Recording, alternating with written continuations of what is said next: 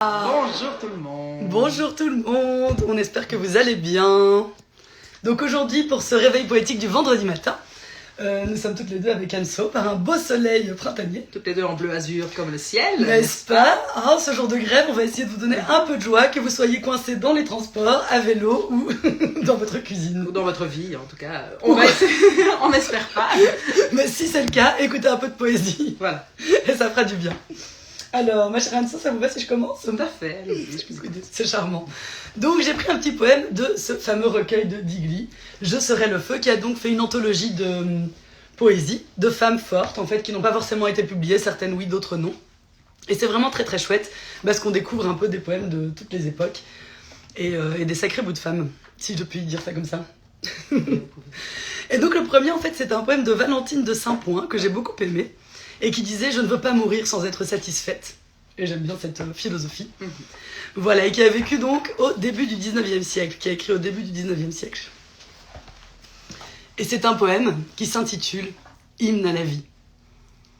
Je suis digne de toi et digne de tes dons, amers ou doucereux, plaisir, douleur et joie, avec la même force et fiers abandons, je les étreindrai tous comme de belles proies. Car pour moi tu es une, harmonie et beauté. Je veux vibrer à tout, au léger vent qui passe, à l'eau qui coule et bruit, et à la cruauté, l'âge de l'ouragan qui ravage et trépasse.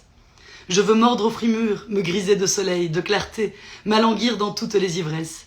Corps à corps douloureux, parfum lourd sans vermeil, amasser tes trésors, épuiser tes richesses.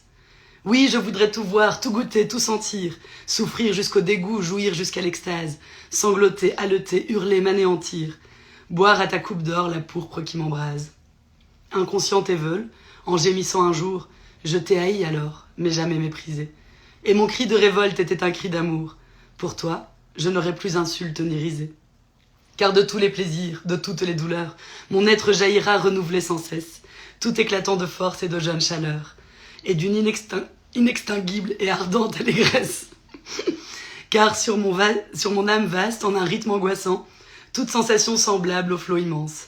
Hardi, tumultueux, passe l'élargissant, en la laissant toujours plus avide et intense. Mon corps ardent frissonne et tremble de désir, s'arque vers l'inconnu, arde de toute fièvre. Exalté, fier, superbe, il est prêt à saisir les bonheurs irrêvés ou les brefs plaisirs mièvres. Quand moi, nard odorant, cassolette d'onyx, mille formes de vie, essences parfumées, flambent en un seul feu, qui jusqu'au jour préfixe brûle de son éclat mes passions sublimées. En une exaltation splendide je te veux, car je t'aime et te hais harmonieuse et orgiophante de la mort.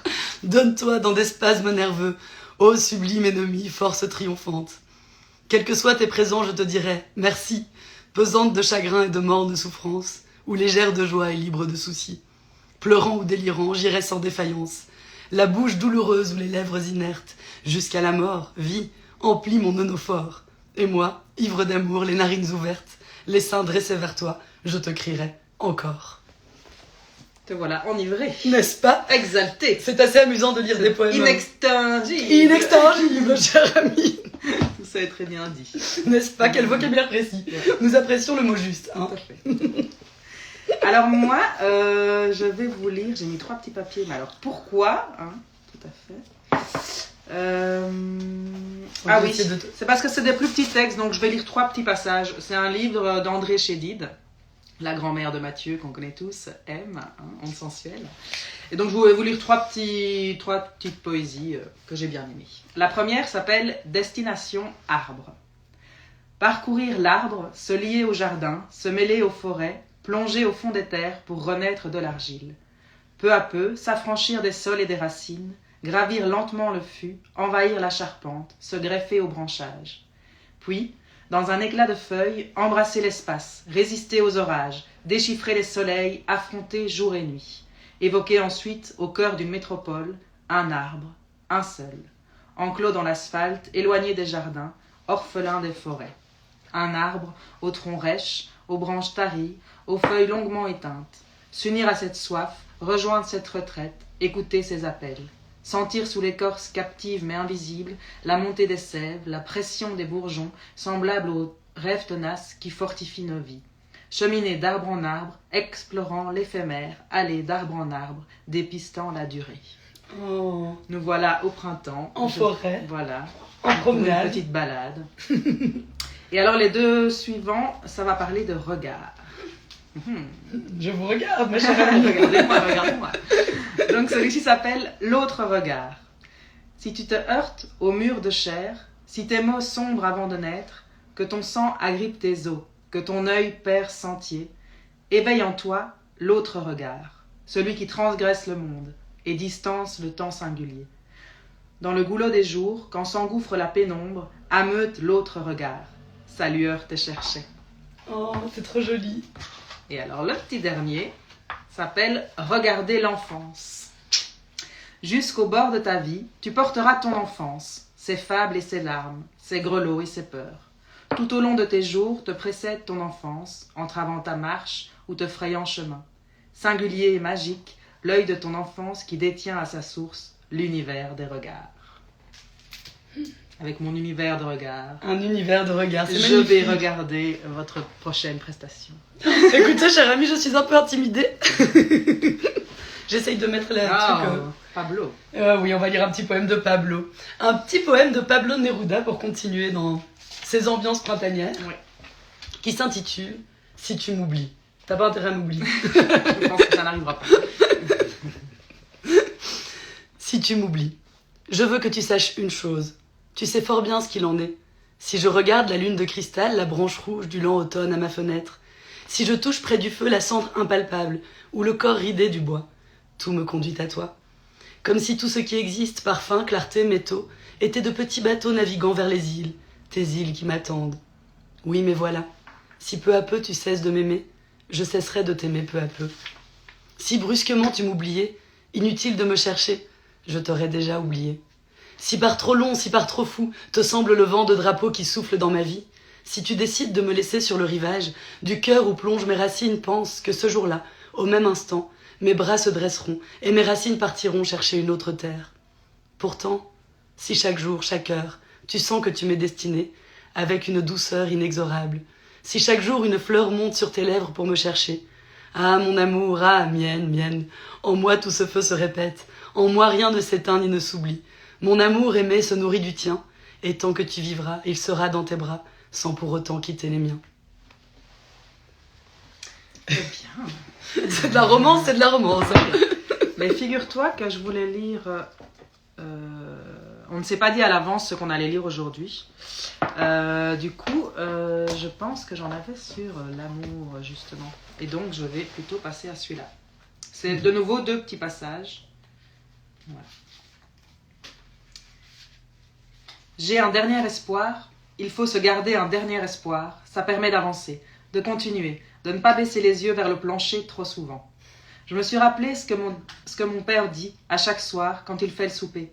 Et j'ai souhaité avoir compris à quel endroit c'était caché. Les parents mettent de l'amour dans le manger. C'est toujours ça, l'ingrédient secret. Alors j'ai cherché, vraiment fort. Et il n'y en a pas de l'amour dans mon garde-manger, ni dans celui de ma grand-mère, ni dans celui de mes amis. Ils m'ont aidé à faire l'inventaire. Je pense que c'est un complot.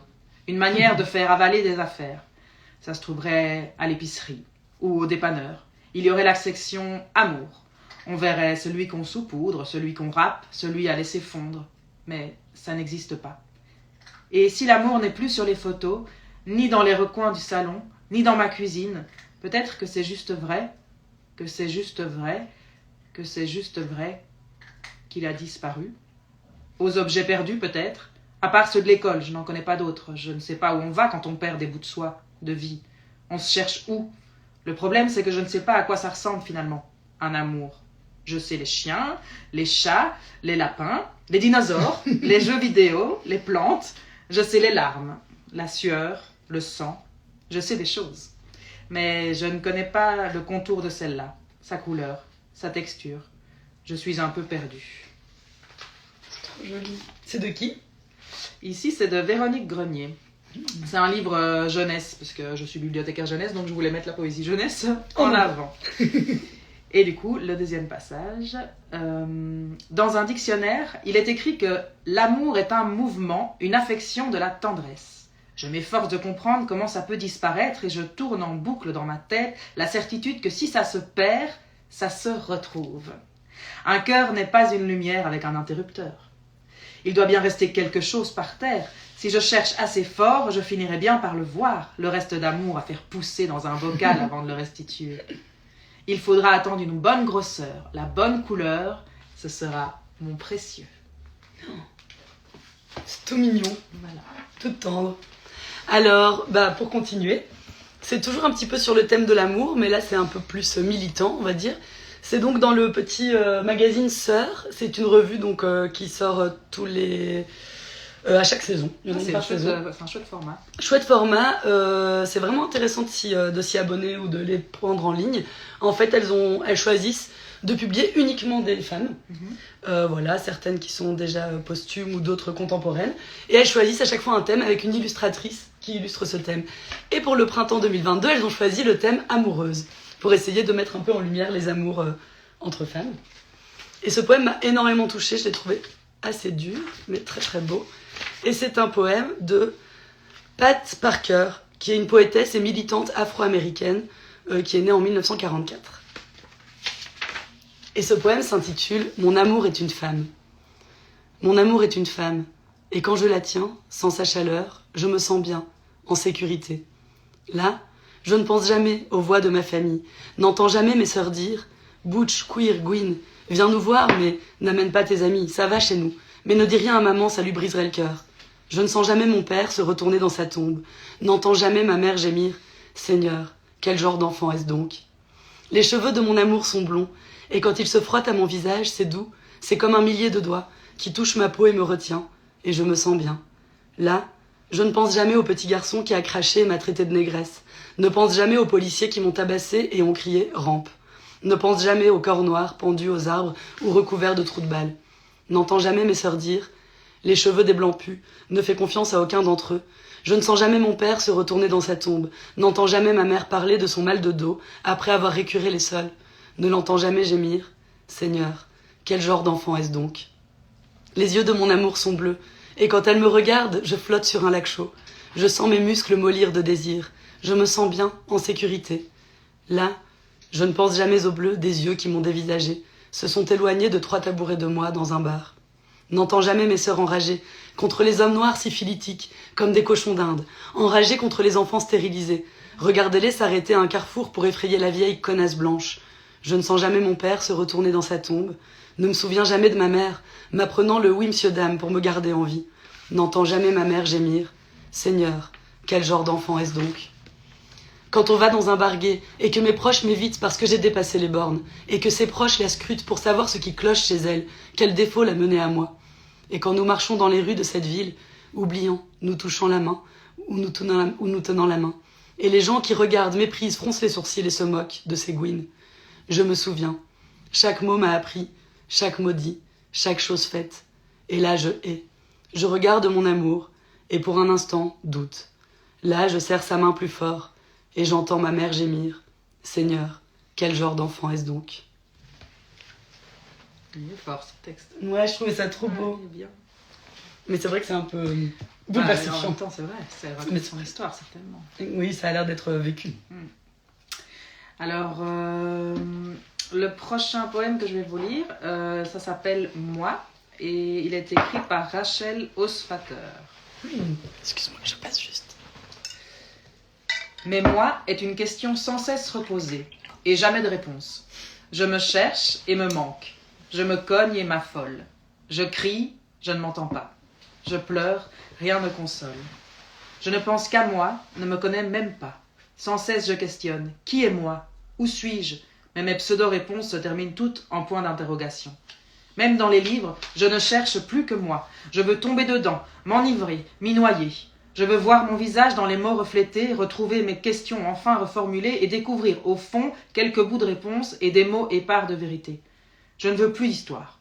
Je veux des mots tragiques, des cris, des chuchotis, des plaintes fulgurantes, des beautés, des néants, de folles incantations. Les lieux m'importent peu du moment qu'ils sont loin, qu'ils sont américains ou très sombres, très perdus, où je voudrais me perdre. Je ne veux plus rencontrer que d'autres solitaires, des révoltés aux vies fracassées, des poètes malheureux aux belles ailes en feu, des héros en errance et qui meurent à la fin. Les écrivains maudits sont ceux que je bénis. Ces incompris que moi seul ai compris, ce sont mes bons génies, ce sont mes âmes damnées. Leur mal de vivre transfigure le mien, leur mal de vivre me fait un peu de bien. Pourtant, j'ai tant de mal à être, à vivre, à vibrer, à mener la vie qu'on veut me voir mener. Je savais vivre, absolument, jour après jour. Je désapprends. Je n'aime pas me lever, je n'aime pas mes journées, je n'aime pas quand vient l'heure du dîner. Je n'aime pas la télé, je n'aime pas me coucher. Je n'aime même plus m'allonger et rêver, parce que je ne m'aime pas, même si je n'ai que moi. Quand j'étais petite, tout m'était plaisir. Me lever le matin en fanfare et y croire, mordre la journée, la sucer, la savourer, lui boire tout son jus et en redemander, puis me coucher le soir et glisser dans la nuit. Ce petit moi-là, si sincère et si tendre, ce moi que j'aimais bien, ce moi que j'aimais tant, me paraît ridicule, stupidement béat. Je peux à peine croire que ça ait pu être moi. Je voulais tant de choses, et tant de choses viendraient. Maintenant, je ne sais plus. Que vouloir? Qui viendra? Je ne sais même plus pourquoi. Pourquoi ma vie? Je suis si fatiguée, si lasse, comme terrassée. Ma vie est lourde et flasque. Je me sens vide et tombe. Et je me sens trop pleine de tout, et de dégoût, d'envie et de non-vie. Immense vide, folle tumulte, l'angoisse du temps qui passe, et l'envie forcenée d'enfin pouvoir aimer. Mes mains sont inutiles et je ne vole pas. Je ne sais que creuser, que rugir, m'étioler et rêver en souffrance mon rêve de liberté. J'ai envie de ne pas vivre. J'ai envie de trop vivre. Mais plus envie d'être moi. Moi que je ne connais pas. Je ne m'aime pas d'avant. Je ne m'aime pas maintenant.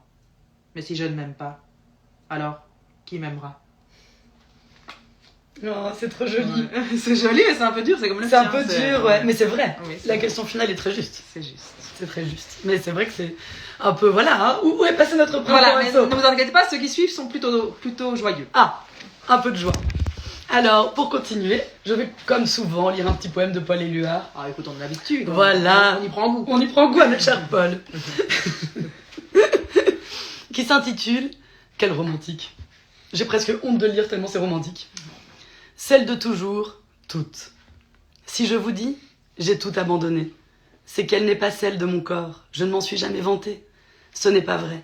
Et la brume de fond où je me meus ne sait jamais si j'ai passé.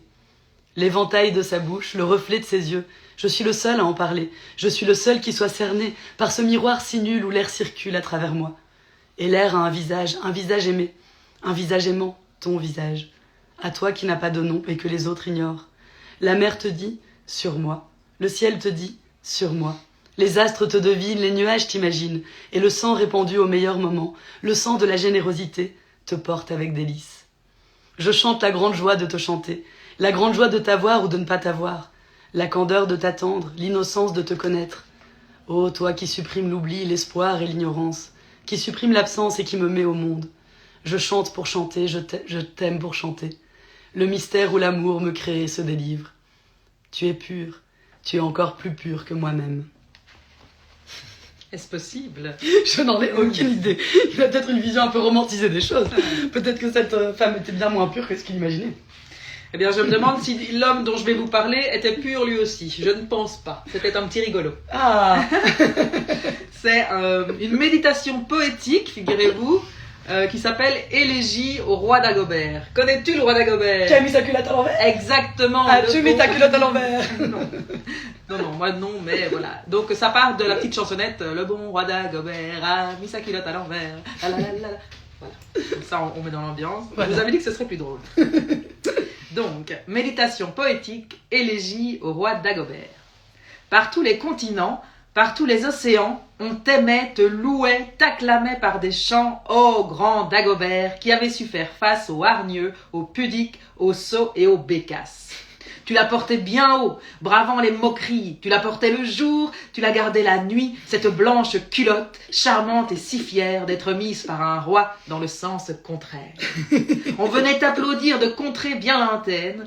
Grand prince de Java, d'Italie ou d'Ukraine, admirait au plus près ce tissu gracieux qui habillait si bien un roi si majestueux. Alors pourquoi toi, roi parmi les rois, as-tu fléchi un jour face au bon Saint-Éloi? Ainsi tristement, dans un geste irréfléchi, tu l'as remise à l'endroit. Et tout est fini. Que reste-t-il alors sans culotte à l'envers? Un souvenir perdu, une triste chimère? Oh, t'en suspends ton vol, et toi, roi Dagobert, suspends encore ce geste qui nous désespère. Fais-nous encore rêver un seul petit instant à ta grandeur passée, qui ne dura qu'un temps pour toutes les souris qui pleurent ta culotte, rêvant d'y laisser 3 jolies petites. C'est mignon. C'est mon petit coup de cœur. Le petit coup de cœur du matin. Alors, mais je vois qu'on garde des classiques. On garde les classiques. Voilà, il y a Cécile Coulon qui a sorti un nouveau recueil de poésie qui s'intitule En l'absence du capitaine. Et voilà, comme une fois n'est pas coutume. J'aime déjà bien la couverture. Tout à fait, tout à fait. Je pense que c'est son dos. Voilà. Ah, et bien voilà. Nous avons le dos de Cécile. Nous avons donc le dos. Enchantée Voilà. Cécile. C'est dommage, il a de jolies fossettes à l'avant, mais voilà. Elle nous donne le dos, si ça. On prend le dos. Bah, je sais pas, on va arrêter. Ça commence à être. Ça devient trop Bernadette. Ça devient trop Bernadette. Et donc, c'est un poème qui s'intitule Je n'ai pas les mots. Je n'ai pas les mots, parce qu'ils sont tous partis dans mes poèmes. Il faut savoir vider son cœur pour pouvoir le remplir, pour l'ouvrir comme une mangue. Regardez, je ne dis rien, mais je suis bavarde de souvenirs. Je n'ai pas les mots. J'ai commencé à écrire le jour où j'ai compris qu'en vérité, les grands chagrins d'amour sont souvent de grands chagrins d'avenir. Ils renversent le futur, ils cognent les espoirs. Quand on aime, on abîme ses douleurs. On s'invente à partir d'une fossette un tout petit bonheur. Je n'ai pas les mots, mais j'ai le reste. Le sourire facile et la paupière basse, la colère simple et le rire de l'enfance.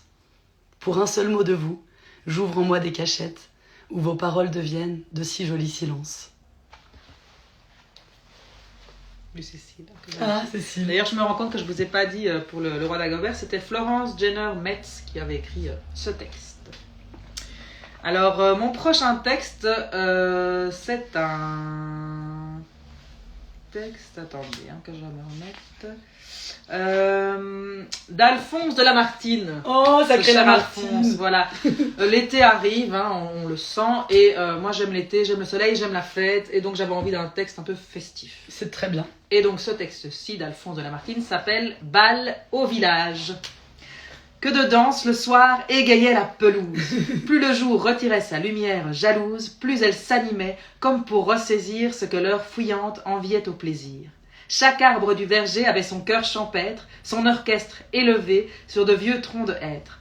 Le fifre au cri aigu, le hautbois au son clair, la musette vidant son outre pleine d'air.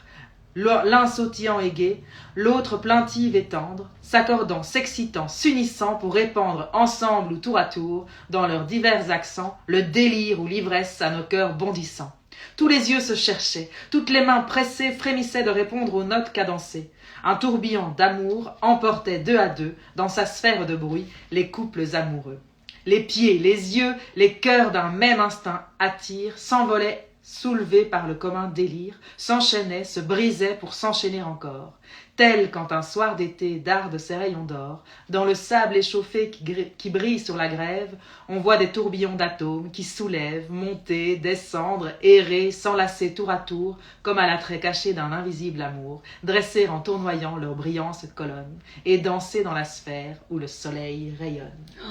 Ça donne envie d'aller faire la fête. Oui, ça donne envie d'aller danser. Des pique-niques au bois, etc. Mais nous allons faire ça. Et ça va venir. Ça va venir. Le week-end arrive, chers amis. Profitez donc pour aller au bal. Et les bals sont à nouveau autorisés. On adore ça. On adore ça.